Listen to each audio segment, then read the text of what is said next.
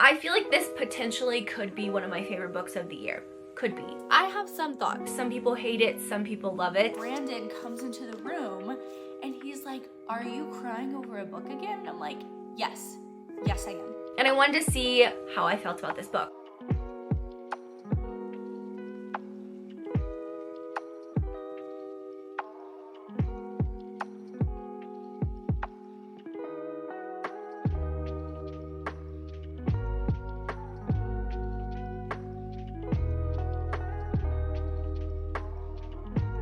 Hi everyone, my name is Tori, this is Novel Life, and welcome back to my channel.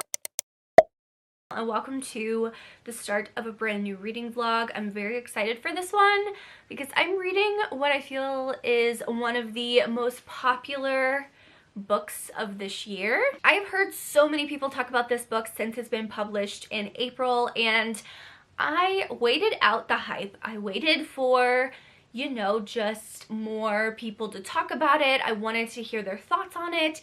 And of course, some people hate it, some people love it. And I wanted to see how I felt about this book. So I'm literally just reading this one book for this reading vlog. Obviously, I'm doing Vlogmas throughout December, so I thought this would be fun to literally read one of the most popular books this year. Now, I have heard that this book is a fantasy with historical fiction, with a little bit of romance. I've heard that it's YA, I've heard that it's new adult, so I literally haven't looked up anything about this book. I've barely seen fan arts just because I wanted to like stay away from it, so I'm pretty much going into this book blind. Yes, I did put this on my December TBR because I knew I wanted to read it. My audiobook hold for this book came in today on December 1st. I've already read 37 pages of this book, so I'm actually intrigued, and I wanted to sit down and tell you my thoughts like just initially because I feel like this potentially could be one of my favorite books of the year. Could be. And am I reading in December? Yes. Is that, I mean, I hate waiting to like try and figure out what my favorite books are, but you know, it is what it is. I am someone who loves historical fiction. I absolutely love it. Even though I haven't read any books this year in the historical fiction genre, it is still one of my absolute favorite genres to read, second to romance, like anything romance. And I feel like this could be a really good blend of fantastical aspects with historical fiction, with a little bit of a romance. Now, we start off right off the bat, we see our female character, Iris. You see that her brother is going off to fight in the war, and she's saying goodbye. She makes promises to him that she's gonna finish school and all of this stuff, and he made the promise that he'll come back home. Of course, you see as chapters 1, 2, and 3 open up that she has not kept that promise. She has dropped out of school basically, and she now works at this Gazette, or this like newspaper publishing company where she's writing articles. You see that she wrote an essay, and the person who owns the Gazette reached out to her and was like, hey, do you want to come in? And basically, I feel like it's like an internship. That's the vibe that I'm getting. And then you have Roman, who I think is probably going to be our main male character. I'm assuming so. He's also in the same position as her, and they kind of like battle for things. So you see them like rushing to get to the board to see where the assignments are, and he gets there before her heel breaks, so she's like running late to work and all this stuff like that. So it's a very interesting premise, and we're kind of just like dropped into the world, which I personally do like that. I like that we're just dropped right into all the action, and you're kind of like piecing things together as the character's telling her story. So what I get from this war is that these two gods woke up. One, they're both rivals. I want to say divine rivals, but they're literally rivals. So I think it's the male god. I can't remember their name. He is like, oh, how do you wake up another god? She needs to come to me. And it's basically start a war. So they've started a war. Now her brother is fighting for the female god, and I find that interesting. In a map, where? I don't even think it comes with a map. I feel like a map would be helpful because they talk about the East and the West, and the person who owns the Gazette, he says that like that's the West problem, like we don't have to worry about that, the war is not going to come to our doorstep. I don't know if that's foreshadowing, but I'm very interested. It's starting off really well. I'm intrigued. I'm listening to the audiobook. Like I said, I'm going to wrap some presents. I'm going to continue listening to the audiobook because I'm intrigued. I'm actually going on a trip to visit a friend, so I'm going to take this with me. I'm going to listen to the audiobook. I don't know how much I'm going to read while I'm there, just because we have a lot of fun things planned, but I'll take you with me, and I'll update you whenever I read probably a couple more chapters. I'm very intrigued because like the fantastical aspects that come up are like very minimal. Like she walks into a shop, and it's an enchanted shop, and it's a food shop, and so basically when you walk into this food shop, it will weigh how much coins you have in your purse and only bring forward the things that you can afford, which I find that very interesting. And she's kind of like ashamed because she doesn't have a lot of money. So that's one aspect. And then they talk about that she received a letter in her bedroom. Like she's going to sleep and she hears this like rustling of paper, and you know, it says on there like, this is not Forrest, and Forrest is her brother. So I'm interested to see like who's saying that letters, how they can send these letters. Like, do they have to have magic themselves? Like, I just have all of these other questions and I'm very excited for it. So with all that being said, I'm gonna go listen to this book some more. I'm gonna go wrap some presents. I have high hopes and I hope you come along with me because I'm very excited.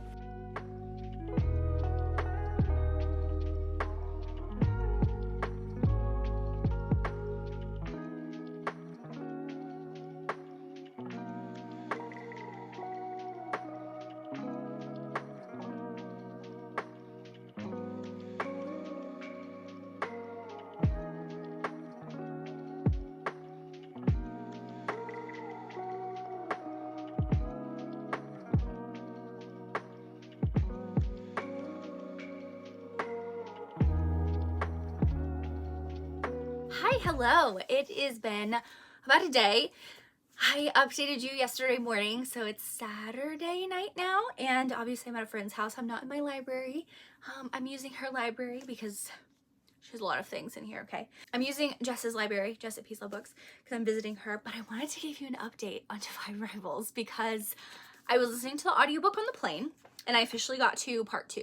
So I just got through chapter 15. I don't know how many parts there are. No, there's 3 parts. Okay. So I'll probably update you in parts after 2 and after 3, but how do I feel about this? I have some thoughts. So I'm very intrigued with their connection now. So between when I updated you, I was like, oh, you know, things are starting to come up and I still have to piece things together as the reader. And I didn't mind that. Now, I don't mind like piecing things together. But as soon as I filmed that clip, like the next chapter, so many things started happening and so many things started coming out where I was like, oh, okay. This is fantastic. I really like this. But also, I'm going to be talking some spoilers a little bit because I feel like a lot of people have read this book. So what really got me is, how do I say this? I love it when you have 2 characters that find a like mutual connection between the 2 of them and they feel like no one else can really understand. So it's kind of like, you know, when you text the wrong number in contemporary romances and you're talking to like your greatest enemy, that's what this is. Like she's texting, she's sending letters to Roman and he knows who she is clearly because he can tell by what she's talking about, but she doesn't know who he is. And so she's telling him all these things and he decides, you know, at one point to write her back, but not in like a certain like, oh, I'm gonna give myself away. But I do like it that like Iris gave an olive branch to Roman at the Gazette and was like, hey, you can come hang out and I can help you with your article about finding like missing people that have gone to war. So I find it just really interesting the way that they had like that connection, and now that's like a connection that they just like not get each other, but they really opened up his sister and how his sister drowned, which I was on the plane and I went, when I was listening to that, like I was not expecting that at all. So he was like, grief can take some time to get through and grief can take time to go through. And I was like, yes, it does. Now I'm interested to see where it's going because at the end of part 1, you see that she's like, oh, I'm gonna go to where the war is and I'm gonna try and like help and figure out like where these people are. Just like really like tracking down and being like an active journalist, not someone who's like sit back type of journalist, which there's nothing wrong with either one. But she won't answer his letters because she knows Roman's gonna tell her to not go.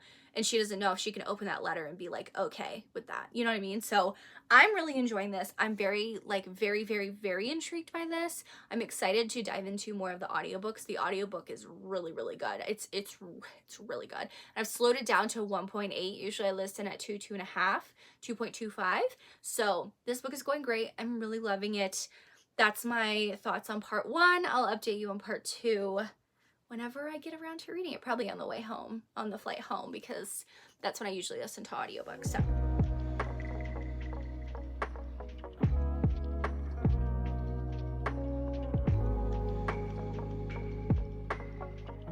hi, hello. As you can see, I'm now back home and I wanted to give an update on Divine Rivals. So I officially am on part 3. So I've read all of part 2 And I have some thoughts. And I feel a little conflicted on my thoughts only because like I know this ends on a cliffhanger. And while I'm reading this, it is very like it's a very simplistic way of writing, but it kind of works for the story.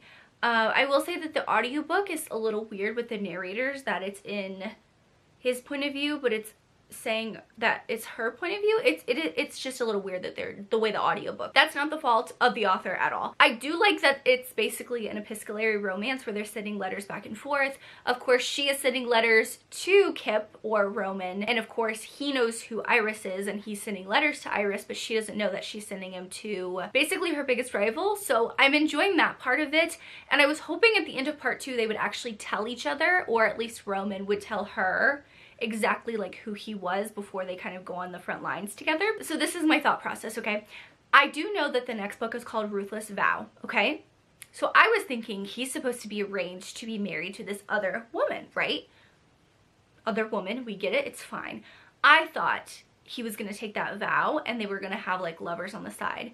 But I feel like there's like pieces that I've picked up, and I have no idea if these are like right things or not, but I've picked up pieces of like the person he's supposed to get married to, where he finally told his dad, no, I'm not doing that.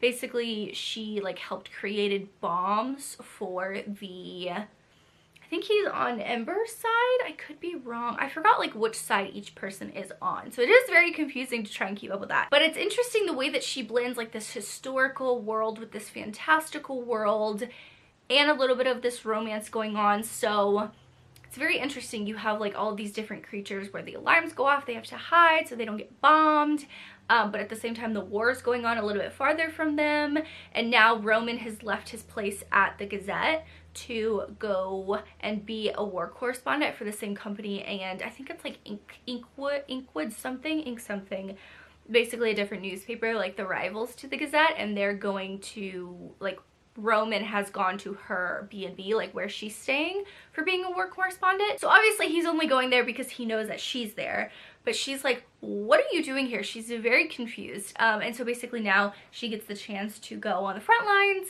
and he's like, you're not going without me. So I don't know how the third part is gonna go.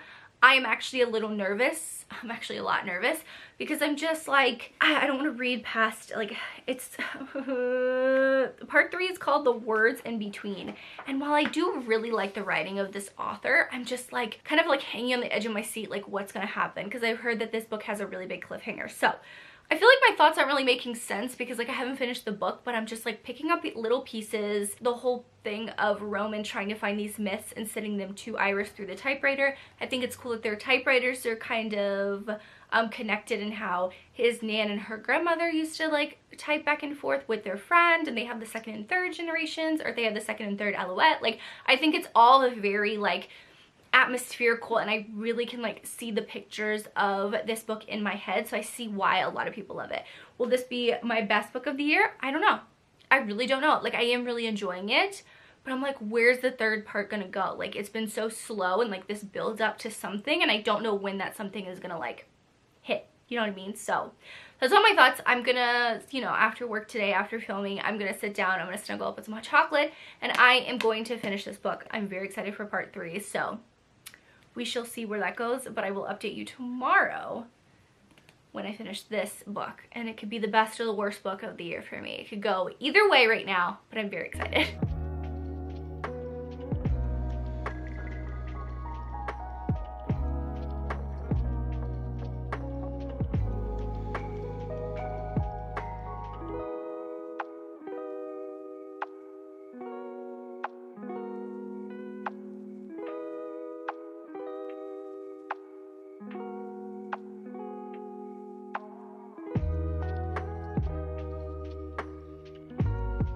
Hello, I'm here to close out this vlog because I have some thoughts. I have some thoughts on Divine Rivals. Okay, so this beautiful, amazing book. I will say that I do really wish I got my reaction to this book on camera, honestly, because I was crying. Like I was sitting up in bed, I was reading it, and Brandon comes into the room and he's like, are you crying over a book again? And I'm like, yes. Yes, I am. Yes, I'm crying over a book again. Yes, I'm crying because this book was so beautiful. So So part 3 basically starts with them, both of them going to the front line. Iris, she wanted to go to the front line. She wants to find her brother. She wants to figure out what's going on. She wants to report on the front line, all of that, right?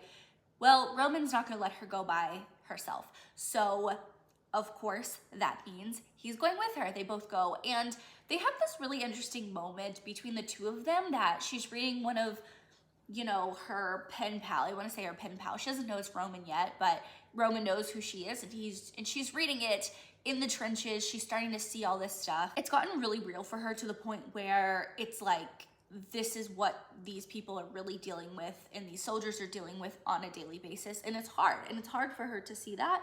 But so she's reading this letter and Roman knows that what's in this letter and he's like trying to distract her or whatever. Now, this third part, of course, everything happens. The third part of this book makes up for the slowness. I want to say slowness, but like just the slow burn of the first 2 parts.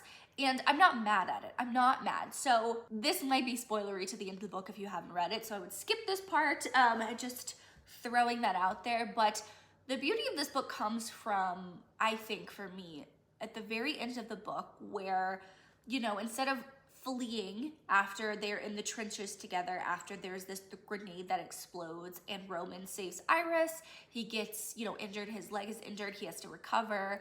They go back to the B&B and they're having like a little moment and she finds out who is her pen pal. She basically finds out that Roman has been her pen pal and she's struggling with this. She's like, you know, I hated Roman, but then Carver is this person that I've grown to fall in love with. He's telling me that he loves me and all this stuff like that. And for me, it's one of those things where this is why I love historical fiction so much, is because you're put into these very pressured times. And she's like, you know, I have to come to terms with him being Roman and also being Carver at the same time. And it comes to a point where they decide to get married, okay? And it's gonna seem very rushed to some people. It's not gonna make sense. But when you're in this war, right? They're both basically on the front lines. They decide to, after they get married, they decide to stay and they don't flee with everyone else. They want to stay. They want to do everything they can. You know, like Marisol's not leaving. Addie's not going to leave. You finally see Keegan, who is Marisol's wife, and that was really cool to like find out. She finds out where her brother's been. She got a letter about her brother. So all this stuff is like happening, right? But what gets me and why I started crying, so this is more of a personal thing. My wedding song is As the World Caves In by Matt Maltese, okay? It's about like, you know, nukes dropping and like at the end of the day, like, you know, when the world's ending and the world's caving in, I would rather lay in bed and hold your hand and be with you as the world ends. Like you're the person that I want right next to me when the world ends. And that is literally the last couple chapters of this book of, you know, these bombs are dropping. They're not necessarily bombs, they're like gas bombs, you find out. It's like, I don't know the term of it, but basically it's like, it's not a grenade, it's like they drop it and it's a canister filled with like gas, poisonous gas that like you can't breathe, you can't see, all of that stuff like that. And so this is happening, they get separated. Someone who she thinks is Roman is taking her and, you know, dragging her along to the woods, and she thinks it's Roman. She thinks it's her husband, and he's going, all of a sudden she hears her voice, or she hears her name, and she's like, what does that sound? What does that sound? And it's Roman, and she has a mask on. The person who she thought was Roman gave her a mask so she can breathe, but Roman doesn't have one. He's like tears, snot, everything, like he can barely see, but he's like running after her. And I picture it, I'm literally gonna tear up talking about this. I can just picture it in my head, like they told each other, like, if everything goes wrong, we have to find each other. Like, no matter what, I need your hand in mine. So it's just him reaching for her and reaching for her. Like, literally, he's, like, dying, basically. And she's pulling away from this person who she doesn't know who it is, because they're also wearing a mask, but she thought it was Roman. And so she's trying to get her way back to him, and it's just, they can't find their way back to each other. And that's the one moment that really, like, broke me, because I'm like, all they want to do is, like, the world is literally ending, there's bombs dropping, they're getting invaded by Deka's army and stuff like that, and all she wants is to be with him. That's all she wants. All she wants is to be with Roman, and she can't find him. She can't find Marisol, she can't find Keegan, she can't find Addie, she can't find any of them. Come to find out, this is a big spoiler, come to find out the person that's dragging her away is her brother. So that's how it ends. You figure out why Forrest is there. You figure out what happened. You basically figure out Deka and what he's doing with these military men. that's fighting for him, and you're wondering why they're fighting for him, like what's going on and stuff like that. Like, why would anyone fight for him and not for Enva? So this book ends just very tragically. They do not have an HEA in this book. I don't know how Rebecca Ross is gonna do Ruthless Vows. I don't know how she's gonna, like, it's supposed to be the conclusion, so I'm like, they better have an HEA, because this is an epic romance. It's soulmates that are destined to be together. It's an epistolary romance. It's an all-consuming, you find that person and you just cling to them, and you know, you find this kind of love that at the end of the day, when the world is literally ending, you just want to be with that one person. How beautiful is that? How beautiful is that you can find that person in your life? And despite everything that they have been through, like her going to the front lines without Roman knowing, and knowing her pen pal and not writing letters to them anymore. And part of me is like, they left their alouettes at the house, so like they don't even have their typewriters to communicate. So I'm just like, I have all of these thoughts, and I cannot wait to read Ruthless Vow when it comes out at the end of the month. Like, I'm gonna be reading that on December 26th. Like, I'm not gonna lie, I'm picking up that book and I'm reading it. No one can stop me. No one can stop me, because I need to know what happens.